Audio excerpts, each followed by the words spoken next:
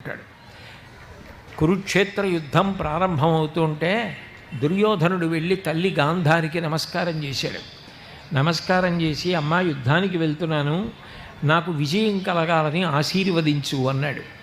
తల్లి గాంధారి ఏమని ఆశీర్వదించింది అంటే, నాయన యుద్ధానికి వెడుతున్నావు, జయం సాధించి ఇంటికి తిరిగి రావాలని ఆశీర్వదించమంటున్నావు. జయం ఎప్పుడు సిద్ధిస్తుంది? యుద్ధంలో గెలవగలిగినటువంటి స్థితి కలిగితే.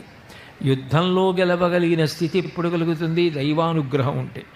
దైవానుగ్రహం ఎక్కడుంటుంది? ధర్మం ఎక్కడుంటుందో అక్కడ. కొడక ధర్మమెచ్చట నుండు అచటకి పోవు జయము. ధర్మం ఎక్కడుంటుందో అక్కడ ఉంటుంది రాజ్యం. ధర్మం ఎక్కడుంటుందో అక్కడ కృష్ణుడు ఉన్నాడు. కృష్ణుడు అటుండగా, ధర్మరాజు అటుండగా, ధర్మం అటుండగా నువ్వు గెలవాలని ఒక తల్లిగా నేను ఆశీర్వచనం ఎట్లా చెయ్యను? ధర్మ వ్యతిరేకమైన ఆశీర్వచనం కుదరదు. యుద్ధానికి వెళ్ళంతే. అంటే యుద్ధానికి వెళ్ళు, నీ భౌతిక కాయం పడిపోతుంది, నేను చూడడానికి వస్తాను. అదే జరిగింది.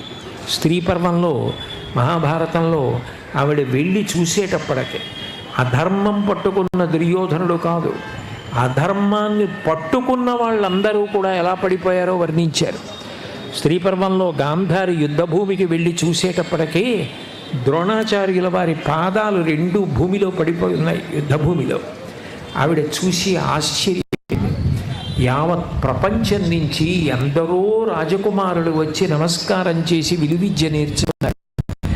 అంతటి మహానుభావుడు ద్రోణుడు కూడా అధర్మాత్ముడైన నా కొడుకు వెంట వెళ్ళినందుకు ఇవాళ పైన శరీరాన్ని డేగలు పీకేస్తే పాదాలు మిగిలాయి.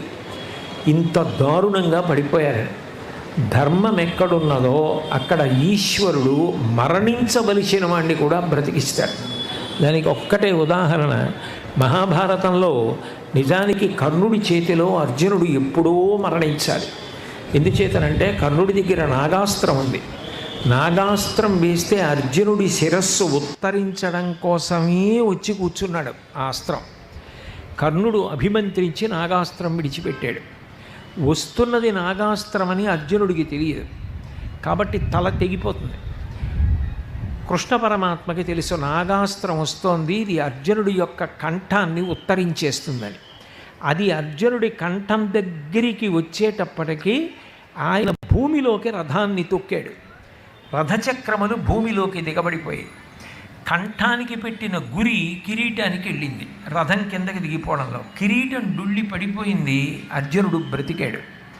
బావా ఎందుకు రథం నొక్కావు? నా కిరీటం పడిపోయింది, అవమానం కదా అని అడిగాడు. ఏ అవమానం? నీకేం తెలుసు? వచ్చింది నాగాస్త్రం, అది నీ శిరస్సు నుండి డుళ్ళించి పడేస్తుంది. నువ్వు రక్షింపబడాలని భూమిలోకి రథాన్ని తొక్కానన్నాడు.